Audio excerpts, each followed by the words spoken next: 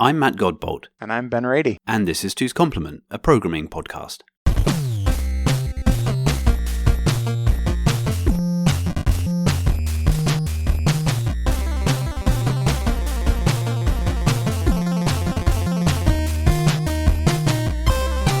Hey Ben. Hey Matt. How you doing? I'm doing great. Glad to hear it. So, we've been talking a bit about performance, and I've realized that kind of my career has taken me from hacking around in assembly through to trying to coerce compilers into doing all the work for me, right? That seems to be the journey that I've taken.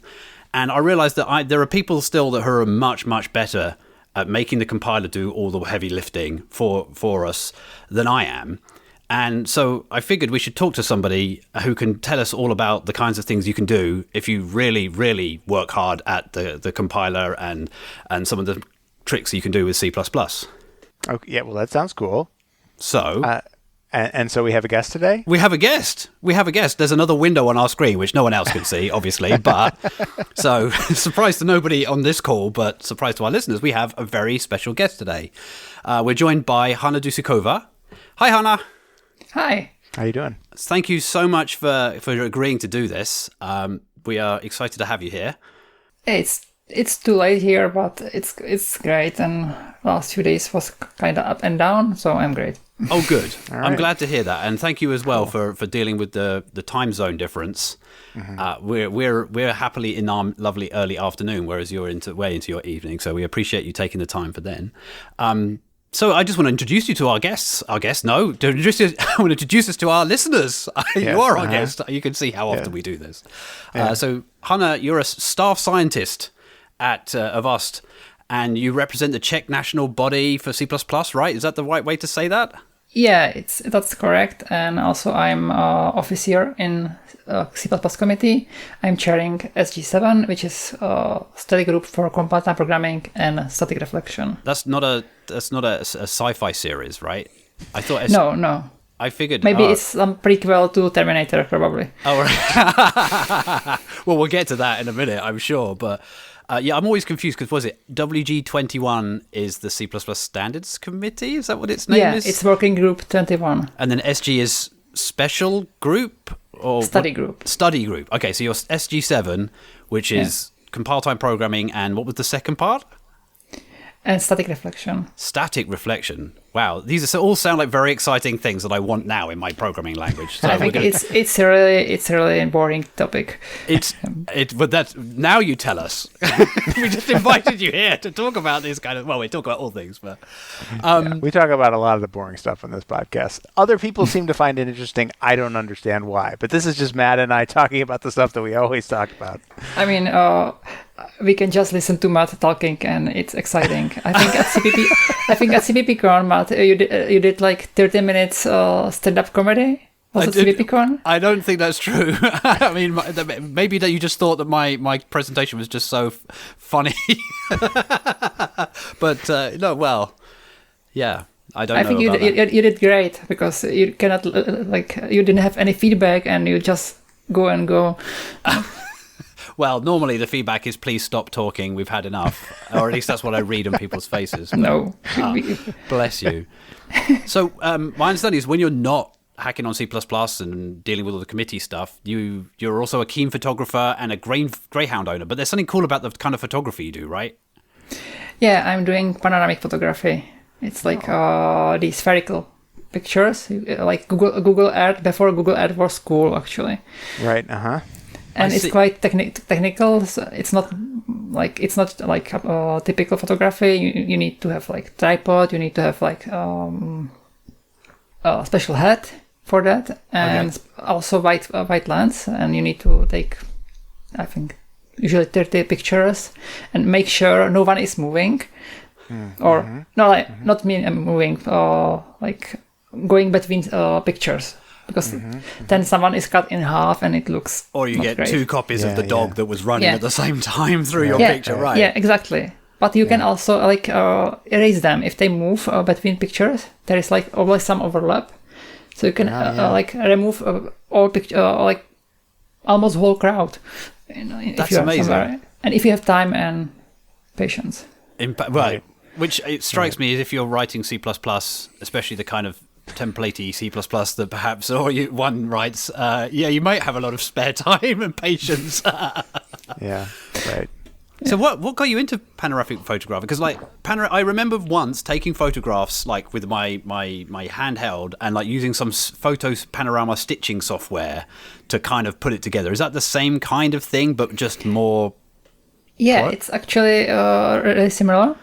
And it's the technical part is to rotate your lens around a nodal point which, in a lens, so there is no parallax error, and then it's really simple. Oh, I see. So this is like this center of the tripod creates a point, and the lens is always around that, exactly. as opposed to just turning the lens and then the point. Yeah. Oh, okay, that makes sense. That's interesting. Usually, when you do panorama with like mobile phone, you take it in your hand and do like stuff like this. Right. Yeah. Yeah, it's hard to describe in podcast. So. Yeah, no, but the thing where you hold your phone out and slowly pan it from one side to the other. It makes error, but actually Google is using it in Android to extract depth from pictures. Oh gosh, interesting. I had no idea they were doing so much. Like I just take photographs, and then every now and then Google Photos says, "Hey, I made a panorama out of 4 photographs you just happened to take together that look like they could have been put together." And I have no idea how they do that. Mm-hmm. Yeah, but like my approach is a bit different. Mm-hmm. It's not machine learning at all. It's just processing power, and it's a lot of gigapixels. Yeah, you've sent me some images before that have barely almost crashed my browser because they're so huge. So what kind of resolutions are we talking about? We are talking about limits of a JPEGs. Right. JPEGs have limits? What are they yeah, it's 16,000 something, it depends on implementation. So you uint 16 somewhere as like a width and height. Interesting. Well, today I learned. And there is actually a funny thing. Not every implementation supports the whole specification of JPEG. Mm-hmm. And it depends about last 5 pixels. That's the like difference between good implementation and bad implementation. The last 5 pixels is like in middle of the the square in JPEG. The macro blocks, right? There are 16 by 16 or whatever. Yeah, and not every implementation is able to handle it. How peculiar! I would have thought this was a completely solved problem by now, but obviously not. Yeah, I found out when I tried to load JPEG in Apple Preview. And it was only gray, nothing else. That's amazing. I just thought, a JPEG's a JPEG. I know it's a complicated format, and I'm really excited by the clever tricks that JPEG uses to sort of get the compression levels that it does. But I didn't realize that there was much space left over for them to get things wrong. Turns out this computing lark is pretty difficult after all, getting things right. Yeah. Then I asked Sean Parent that. This is Sean Parent of Adobe Photoshop fame, right? Yeah. You should invite him here right. too. He has always some story, and he told me that he makes sure that the JPEG and decoder in Photoshop makes all the corner cases, and it was really hard. So have you been sending him test images now, or was it already handling all of these things? Right, you're not to him, but to Tony van Eer. Yep. He's working on a projection, and he asked me for some big picture. So I sent him one of them, and he told me it crashed their application, and he needed some fixes. That's really cool. I mean, images, right? I know, every now and then, as I say, like you crash browsers, like you load up a big image. Like I'm fond of looking at these high resolution, similar technology, funnily enough, where people have decapped silicon. So you use acid to etch off the top of the chip, and then you use a microscope and you take loads and loads of photographs really highly zoomed in, and then you stitch together the die shot of the chip, and it's super cool because now you can start reading off how the chip actually worked for like 6502 era technology, at least that's the stuff that I can tractably look at and get some idea what's going on. But those images typically are they're PNGs, and they are 64 60,000 by 60,000, and so you load them into your browser, and of course the browser immediately shrinks it down because it knows it can't fit that into memory. But then it's kind of coming down like an old school modem, 14K4 modem. You're like, why on earth in this day and age is it taking so long for an image to come down? And then it kind of goes boom, and it's like Chrome's dead, and you're like, oh, I see. Or sometimes, again, in Apple Preview, you can open the image. It's totally fine, and when you zoom it, it's suddenly gray, and if you unzoom it, it's still gray. Oh, and gray is like, I've stopped responding gray. Yeah, probably. I see. Yeah. Right, that's like, I know Ubuntu does this thing where, sometimes if the application's not listening anymore, it's like, well, I'm going to render what the last picture you had, but like in black and white to show the user that you're not... the picture's there, but the application isn't. Yeah. It's funny. Yeah. And it's really interesting, these things, because, we, in our sort of day jobs, I speak for myself and maybe for Ben here, and obviously, Hana, your jobs are probably very different, but like memory is kind of something we don't worry about as much anymore. Like we work on server-side stuff for trading, so, we just put more RAM in the machines and we're fine, right?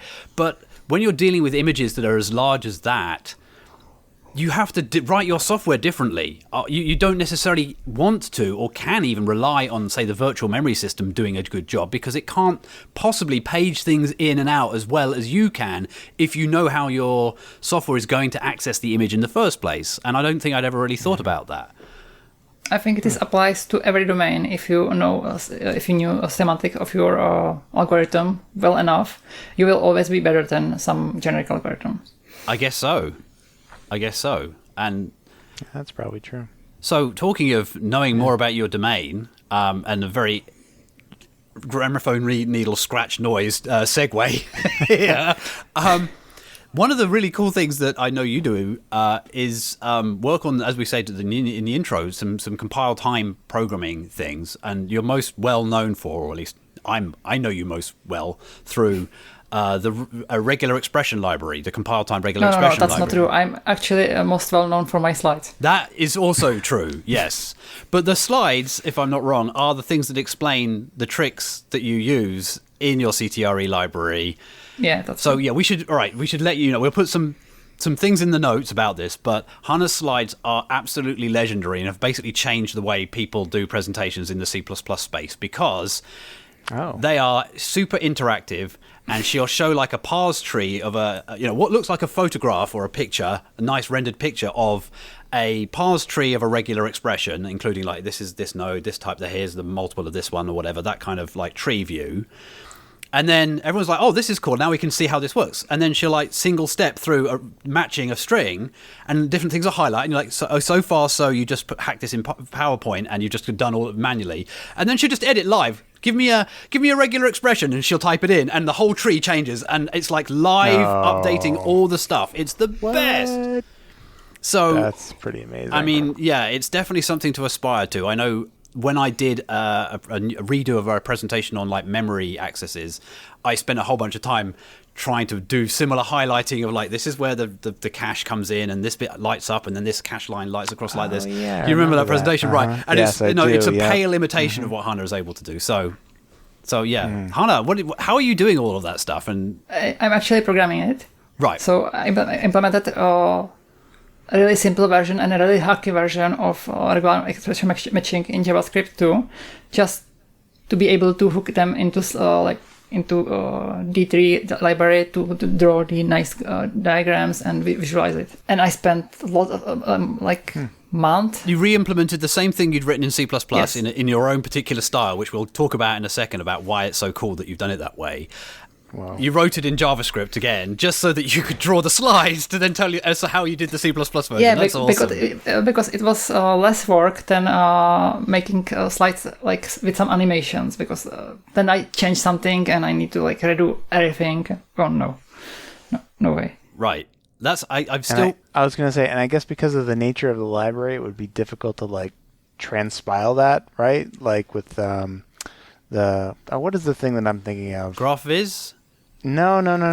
Like the regular expression, you re-implemented the regular expression library to make this work in JavaScript, yes? Yes. So like I don't know why I'm blanking on the name of this thing right now, but there's the tool that you can use to basically compile C++ you know what I'm talking about? into Yes. JavaScript, so like WASM Yes. stuff, Yeah. and Yeah, then yes, Kripken, that's I what I'm think, is thinking of. GitHub, Right. Twitter. That thing. Like, now Yes. I'm blanking on it. Yeah. Right. I think- Mscripton and so on. Yes.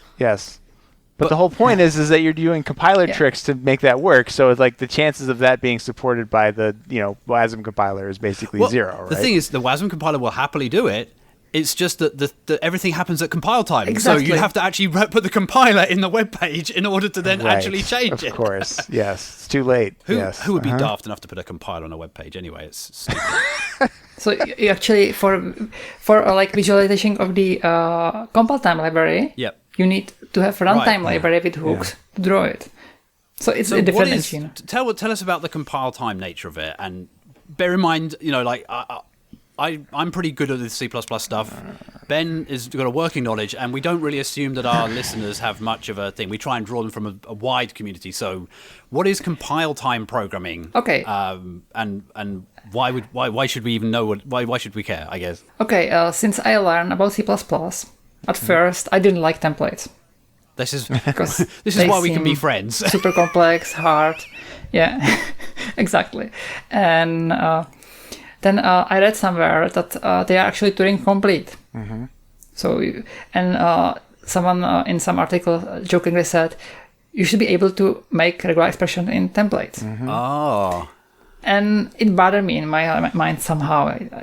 How I would do that? And I was thinking, like, through many years, I was like experimenting with some parts only. Like, then I finally was able to match only like a string against another Right. string, and then I learned more and more, and then suddenly I was able to match like regular expression, but not like regular expression in string, but like express as a template, like the expression tree of the regular expression, but encoded as a template type name in C++. So it's like repeat, angle brackets, string, character 1, character B, character Got C. it.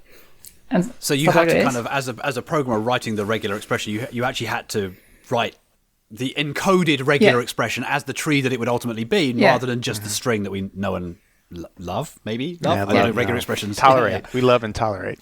We know and tolerate. And actually, I like the form because it's more expressive than like regular expression, which is like Right. what's going They're on very here. terse, aren't they? And that's and it's nice if Yeah. I can just imagine seeing one of these and knowing that one of the things that you could put in this are comments inside your regular expression in C style comments, so at least explain what on earth's going on, which is harder to do, at least with the standard regular expressions. Yes, exactly. And then I was thinking how to convert a string into this form, and that's simple L1 parser and I like just push simple. pop and- You've just and said simple. overstack. You glossed over Yeah, I something which know. is very challenging.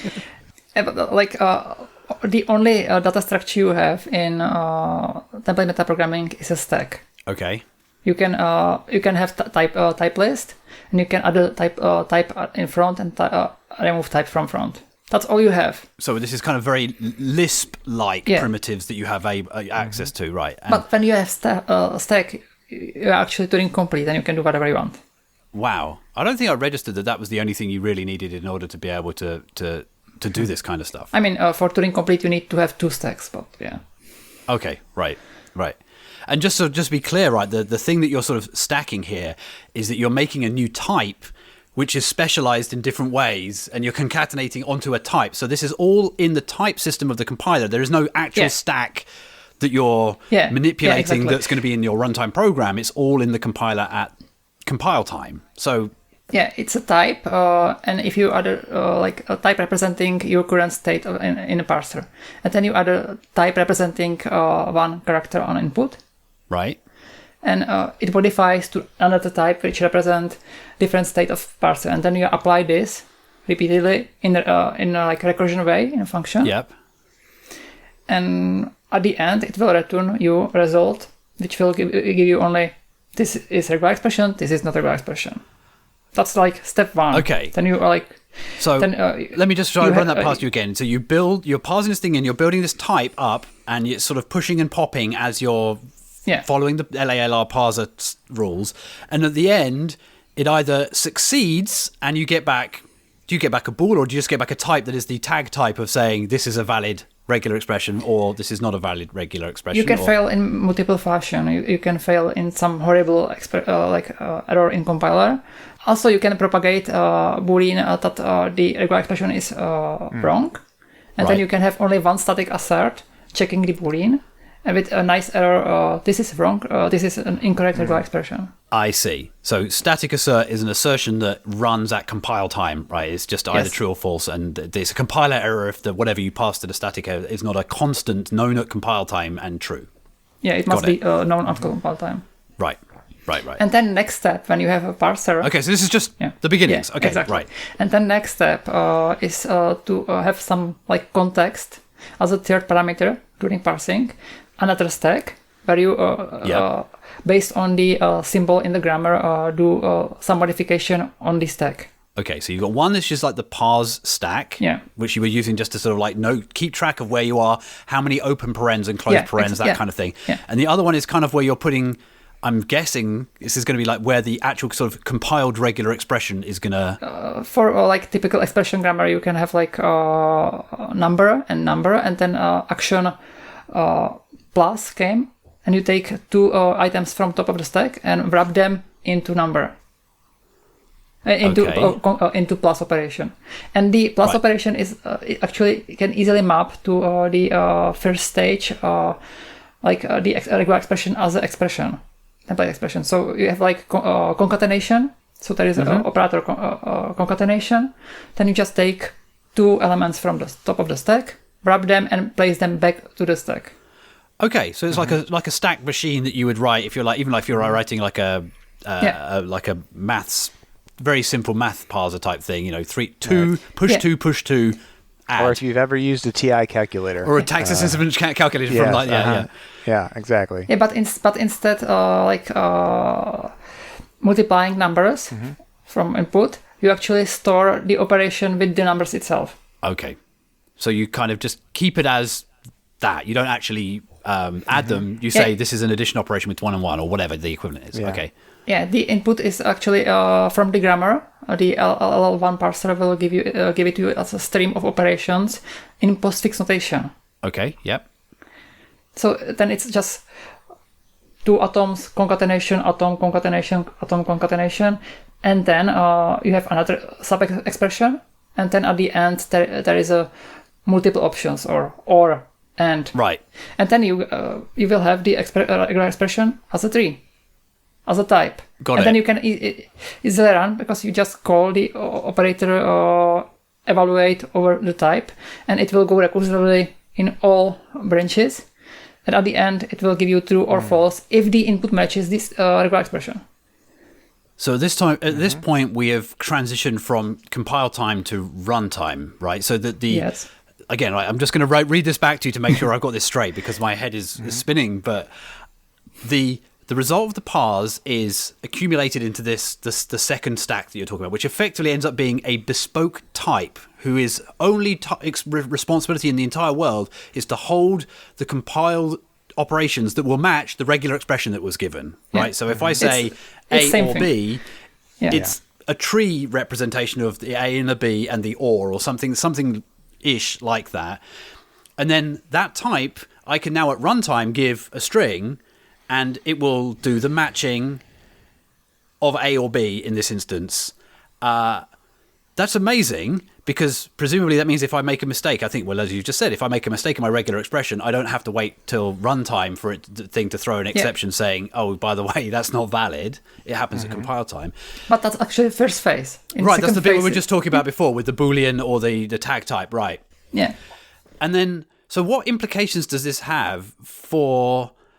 and what's the difference between, say, me just using a normal regular expression? Your compiler knows everything you are doing, and it can inline everything, and it's actually going down to assembly, compare, read. So it really does net out all this sort of very complicated sounding, highfalutin type-based stuff. Once it's all boiled down to actual code generation, the compiler just essentially writes the handwritten code that you would have done yourself if you were said, okay, this needs to match either A or B. Yeah. And it's just the two compares and an or whatever, and we're done. Wow. My first approach, because when I wanted regular expressions in with really performant one, I was thinking about using LLVM to write the code and use LLVM optimizer.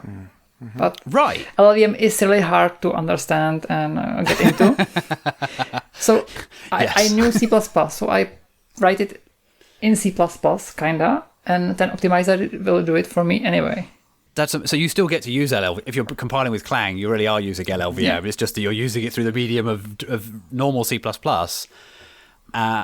As opposed to, like you were saying, if you could use LLVM directly yourself, in which case you'd build up nodes and you'd then build a DAG and you'd build the comparison operations and the basic blocks that are doing the compares and whatever. And then you'd say to LLVM, hey, can you generate me the assembly for that? Which would still be, which would allow you to do some of that at runtime, I suppose, which is the only advantage that you might need if you actually wanted to have dynamic regular expressions, which is usually a security risk, right? If you let somebody type in a regular expression, you're probably doing it wrong, like runtime. I think even evaluating regular expression at runtime is security risk. Right, because depending on the regular expression, you could have some absolutely catastrophic backtracking stuff going on where it could just blow out. Not just backtracking, you can just run out of stack. Right. Mm-hmm. Right, I suppose so. It's potentially unbounded. Right. I don't think I thought about that. That's actually mildly terrifying, given that my website is entirely regular expression based in terms of all of the horrible things that it does. Yeah, but it's mostly running at clients, so it should be fine. Oh, yeah. There's plenty of stuff that's going on the server, okay, unfortunately. Good luck. But, I don't think a regular expression overrun or stack smash is my biggest source of security risk, given that I just take arbitrary bits of user code and run them on my servers. So, anyway, that's also true. Yeah, facts. So that's amazing. So compile time is letting us push stuff that would traditionally be done with like a static offline parser generator stuff, and then a code generator, like you said, like LLVM, or even just writing your own stuff, and being able to hoist it into mostly sane-looking C++. I have a very low threshold for template metaprogram trickery. But from user perspective, it's just CTRE match angle brackets, and in angle brackets, there is a regular expression as you know it. And so from a user's point of view, it looks it's just a very slightly different way of looking at use like the angle brackets instead of the round brackets. I think Quarantine said that they are called Hana brackets because of that. But Hana brackets. Oh, well, that's what I'm going to call them. We've had all sorts of funny names for the things over the time. Like I'll call them chevrons. Like the things that like are. And then operator like this, and no one can see this, of course, on the podcast, but I'm doing like two crocodile hands facing one way is like the output operator, and then the other way is the input operator, and then a good friend. So it's like alligator, and this is crocodile. Something like that. Yeah, I don't know how that works. So what do you call that? I mean, we've stopped using these except for their, as nature intended to shift variables around, bit shift stuff. That's the right thing. Hopefully, everyone's using FMT, libfmt nowadays for any kind of actual string manipulation. And then the only other one that springs to mind is something that a colleague of mine and Ben's used to call. Mummy and Daddy Duck and their baby ducks, which is whenever you have to use double ampersands and then the ... in a template list. It's amp ... ... and it's like the two Mummy and Daddy ducks family. And then their little baby ducks. And I think now I can't unsee that now. Every time, it's not very often I can write code that needs that level of like thing, but it's there. I don't. What do you call that? It's like a variadic R value. It's perfect forwarding. And variadic pack of forwarding arguments. Gosh, that sounds like a tongue twister. A variadic pack of... probably incorrect, and probably someone from core will said to me, you should call it universal references, you should call it R-value references. Oh, no, it's not double duck R-value operator. References. Stop talking about it. Double duck. Yeah. It's the double duck operator. Double duck is the best. Yeah, I think it's right. No, that's cool. So, I mean, other things. I mean, regular expressions are probably the only the beginning of this, right? In terms of like very small grammars that make sense to be able to compile into a program. We've all kind of realized that string matching is painful if you have to write it yourself, and regular expressions, for all the warts that we were joking about earlier, they can be a very efficient way of encoding something you want to get done. And certainly CTRE gives you a pragmatic way of saying, here's a string matching thing that everyone understands, and yet I don't have to pay any kind of runtime performance costs. I get perfect assembly output that's going to match it as fast as anyone could possibly write handwritten stuff. What else can we do? Yeah, I was going to say, like, does this general technique, I mean, obviously for regular expressions, you've got this library, but does this mean that you can do more things generally at compile time using this technique? Like, I can imagine, like, a few situations in which you might want to have other things calculated at compile time and be like, oh, it'd be super cool if I could have a regular expression here, but I can't because it's too early in the process. And I mean, I don't know. That's sort of just my naive impression. But does this open the door to more of those kinds of things? You can calculate anything you want. If you don't have any input-output, and we are working on inputs too, so you can actually open a file, read it, and then do some transformation, and then store it in your binary or generate code based on it. It's from Jean Heath Embed. The stood embeds thing, right? Yeah. Okay. This is long. We've always wanted to have. One has always wanted to have like a configuration file kind of thing where you want to have something which isn't code necessarily but does go into the code. That's a brilliant way of doing it. I can just imagine JSON parsers, YAML parsers, things being able to generate bespoke types potentially. I mean template based types, I guess. YAML, not YAML. Please. Not YAML. Why? I like YAML. What's wrong with YAML, Hannah? You need to write parser for it, and then I will ask again. Okay. All right, subset of YAML. I get that the ampersand thing that lets you refer to other parts is probably very, very tricky, but maybe there's something else I'm not thinking of. Yeah, all right, but I don't like JSON. Can I just say it out loud, right? It's not very fashionable. I know JSON is like the lingua franca of everything, but like I can't put comments in JSON, and that makes it really hard for me to write anything where I'm explaining why some, like package.json for like a node project, right? You have to have a package.json. It has to be valid JSON. Not only does it have to be exactly valid JSON, like I can't have a trailing comma and I have to always quote everything all the time. I can't explain that I bumped a package version. Please don't do, this is why this is here. I don't directly depend on this package. I want package, but I need version 3. Otherwise I get a security warning. And I can't put a comment on the line saying, I don't care about this package, but it needs to be 3 or greater. Or something like that. And there's just written everywhere. And I know I used to have a trick where I would always just put an extra key of like under comment, under quote, and then I could put a comment in the middle of a dictionary and just hope that no one cared that there was the thing. Anyway, rant about JSON over. I think actually like parsing JSON is like 200 lines of code in C++. I recently write one. So yeah. That, I mean, I've heard, I know, Ben Dean and ironically, of course, Jason Turner did a presentation a long while ago on parsing JSON, and I kind of like, it feels like that's great and it shows the technique off, but I would never want to do that because I hate JSON so much. Well, I like Jason Turner, just to be clear, if you listen to this. But Jason the person, not Jason the file format. Yeah, right. Mm-hmm. No, I mean, I'm wondering what other things. I mean, could one write a C compiler? What? I think someone did already. Get out. A few years ago, there was someone on Reddit with context per C compiler. That's absolutely daft. I love it. I mean, I've seen people with, the brain F language that I won't swear on our podcast, but that one, I've seen that. That kind of makes sense. I can see how that could go together, even like with my primitive understanding of template trickery. But actually, it's not template metaprogramming. It's actually context per. So now we... Yeah. Yeah, go on. Tell us about... So what's the difference between template and context per? Yeah, template metaprogramming is actually abusing the properties of the language. They came with templates to make easier write some containers and etc. And then someone found they are actually Turing complete. I see. So that was never intentional. No, that's never intentional. My naive thing of like I want to write an array of or a vector, an expanding array of type T, that's what I think of templates, right? And you're like, well, that's not Turing complete. That's just like fill in the dots with the T in all the places. Yeah, right. Then there is a context expert programming, which is just really bad name for this function should or may be invalidated in compile time. And then you are writing just ordinary C++. So you can actually write really easy code, really simple code. And mostly, in most cases, you can just add a context modifier to all your function and it will work anyway. So if you implement that C compiler, just mark everything context and it should probably work. Wow.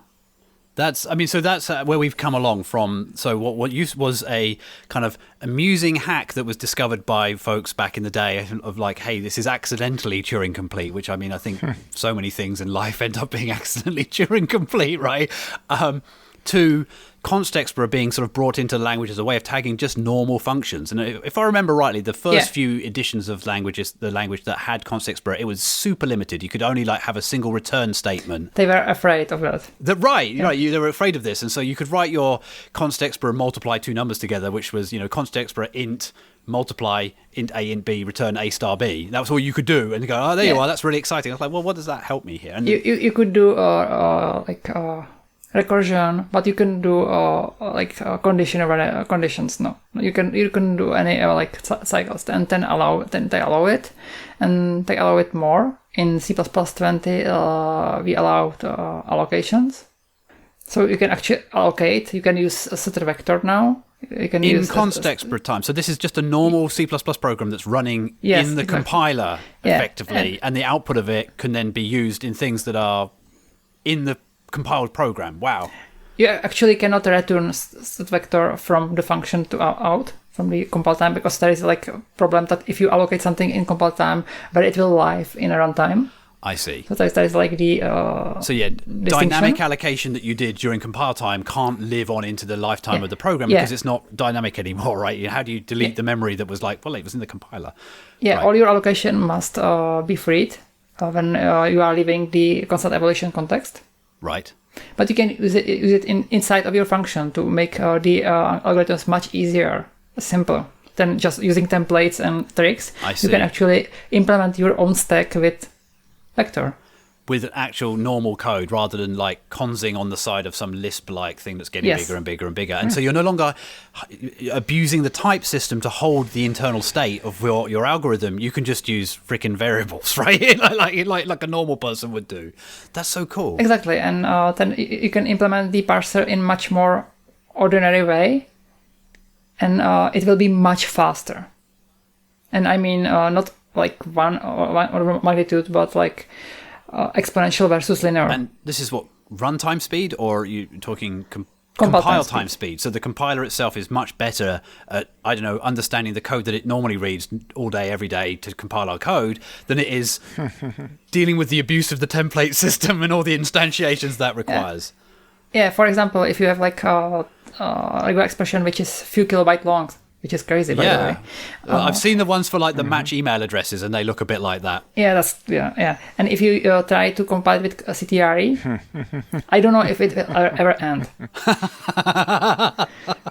And it usually it crashes on insufficient memory. Right, I can imagine. Because of all but then I made a prototype of CTRE using context parsing, which is limiting also the template instantiation. And then I tried a few megabytes long regular expression, and it took half second or something to compile. That's such a big deal. That is huge. Yeah, we've talked a lot, Ben and I. One of the themes of this podcast is my impatience at waiting for code to build, and Ben's impatient waiting for tests to run. Right, that's our shtick here. That's kind of true, yeah. And so, having tools in our toolbox that allow us to use these advanced techniques that are coming down the pipeline or even here already that don't also suck in compile time is very important to me and close to my heart. So I'm really excited to hear these. That's amazing.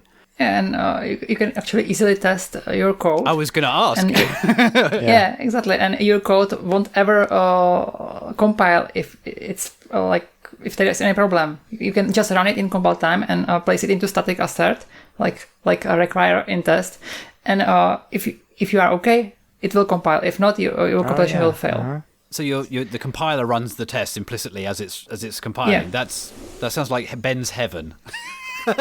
Yes. Yeah. Well, it's like, so the answer to the question of should I check things with the compiler or should I check things with test is yes. Yes, both. All of the above. I Yes. mean, that's great. But actually, you should test both. In C++20, you can actually have different code which will be run in compile time and in runtime in same function. Oh, wow. Yeah, this is something I wanted to talk about, actually. That is one of the things about const expert is that any code you write that's const expert can also be run dynamically. So, for example, if you call a function like my multiply routine that I just sort of said, and you need it at compile time, the compiler will obviously evaluate it with all the constants available and promise you that, like, you've got an array of size 10 because you did 2 times 5, right? End of story. But if you call it with dynamic parameters, it will just generate the code and do it like normal. So and then Hana's just reminded us that you can now ask the compiler, am I being evaluated inside the compiler or am I being evaluated at runtime? Like, am I in the matrix or not? Mm-hmm. Yeah. And then you can change the answer, which of course is like terrifying. And you shouldn't do that. You shouldn't do that. You shouldn't do that. So all right, you said you shouldn't do it, but why would you need to know? Yeah, sometimes it's really hard to implement something in context per limitation. It's usually recursive algorithms, but in runtime you can use some intrinsic, for example. I see. Or inline assembly. I see. So, like, for example, if I had a matrix multiply routine, 4x4 matrix multiply routine, then of course I want to be able to do that at const expert because who knows, I might be rotating some points or something that's in a big list of things. But if I'm running on the real-time system, I actually want to use the underlying x86 architectural instructions myself to do it. So you need to be able to switch on those. That's so you can have like 2 paths, one for compiler and one for your runtime. So back to your point that you made, which is that, having the compiler run your test is fine, provided you don't have any code that differs. But if you do have code that differs, you should also test it with the normal techniques. Which brings me on to the next question I have actually about this, which is, how do you debug this? Because I'm used to putting breakpoints and printfs everywhere, and I don't think the compiler lets me do that. Question. Or maybe it does. Yeah, there is no tooling for that. And like one trick I found is to create a template which is not defined. It's like only declared. If I'm correct. Okay, so you just say, there exists a thing called Bob, but you don't give a body. So it's like the compiler can't do anything with Bob if you try to do... Hey, it's actually template type name, something, struct Bob. Okay, so Bob is... Yeah, sorry, this is terrible now. I use Bob for anything, or Ian is the other one. But Bob is of T, right? And so you've got a T that you can give it. Okay. And if you try to instantiate it somewhere, like it's like...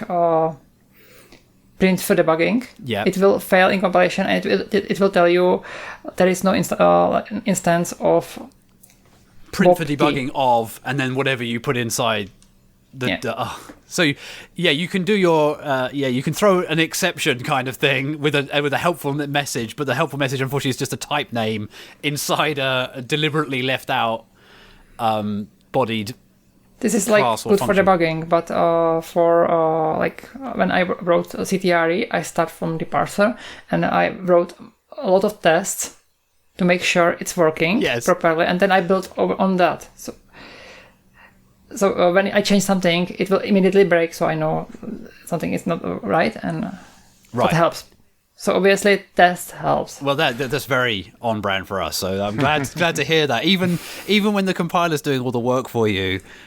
Testing is useful, but you're actually writing a code, so you need to test it. If you won't test it, then it's like meaningless. Absolutely. So how long until we have a template programming language testing framework? Actually, I think Catch 2 already has like some like macros which will force evaluating something in compile time to check it. So there are definitely already some tools. All right. Like but in CTRE, I was lazy, and my tests are actually a bunch of static asserts. And if any of the CPP file fails to compile, then there is a problem. Right. And every time I get some like issue or mostly issues, then I try to like make it happen, the problem, and then I fix it. Right. If I try to fix it before that, I don't know what I fixed. Yeah, that never works out. Got to watch it fail first. Yeah. Start from a failing test, and then work backwards. Otherwise, you. So actually, it's exactly the same as normal programming. Right. But exactly. Just like awkward. Yeah. I guess I've gotten so lazy with debuggers, like actual like GDB and whatever, that I'm so I'll happily write something without testing it as much as perhaps I ought to, or at least certainly if I'm trying to understand someone else's code. You can really do far wrong than single stepping through and going getting the feel of it. And I feel like there's tooling for that would be useful. I think you can always hook into compiler with GDB. That's true. If you can understand what's going on inside GCC using GDB, I mean, it wouldn't surprise me that you can understand that, Hana, frankly. No, I definitely cannot. Oh, I have to ask, by the way. There is a library called Hana already. That's a template metaprogramming library. Are you who was first? Who stole it? Were you before the library, or were you named after the library? I was born before the library. Yeah, and then they stole your name. No. There is no connection at all. I find that hard to believe. I mean, there's certainly some nominative determinism going on here. Surely, you're now the part. It took me a while. It was like, I think at CPQ1, I did my lightning talk about CTRE, and people were like talking you must know Louis. That's right. It's Louis' library, right? Yeah.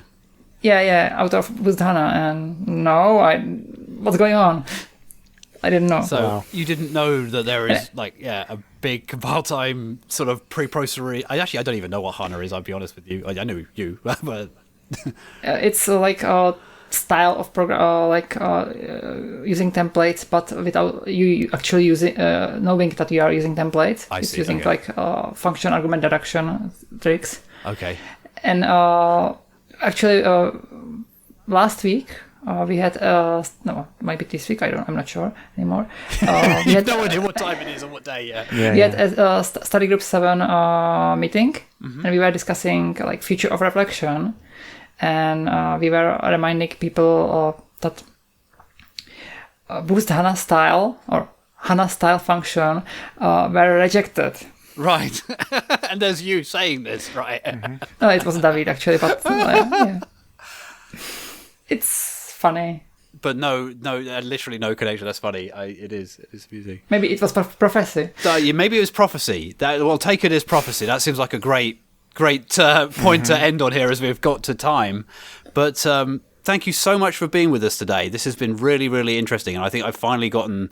I mean, so full disclosure before now, I've been to several of Hana's presentations on this kind of stuff, and I've never really had it stick in my head the way, even when... No, Matt was my remote clicker. So before it was fashionable to do presentations remotely, Hana was ahead of the curve. I forget, what was the reasoning you...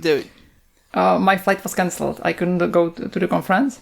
I did my presentation remotely, but something failed with remote control of his computer, because I wanted to run slides on Matt's computer, because there are animations and everything. I was supposed to control it with VNC, but somehow it fails. Matt was my clicker, so I was telling him next slide, next slide, and then there was the audience, and there was the slide with the tree, the expression tree, and I asked Matt, click on the text box and write some regular expression. So I got to do the cool thing with the presentation and take all the glory. And then poor Hana did all the work. Wow. No, that was fun. Oh man, that was fun. But that was actually a funny conference, and Matt is my clicker. That's my. I've peaked. I've peaked in my career now. I've been Hana's clicker, and I was very proud to be. All right, friends. Well, once again, Hana, thank you so much for your time and for explaining this all to me. As I say, I think I have a much better understanding now than I think I've had before. And thank you for inviting me. Yeah, this is great. Super interesting.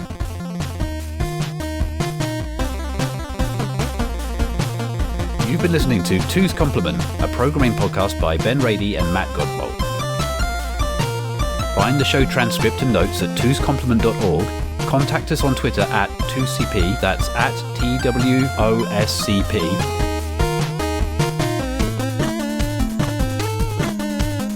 Theme music by Inverse Phase, inversephase.com.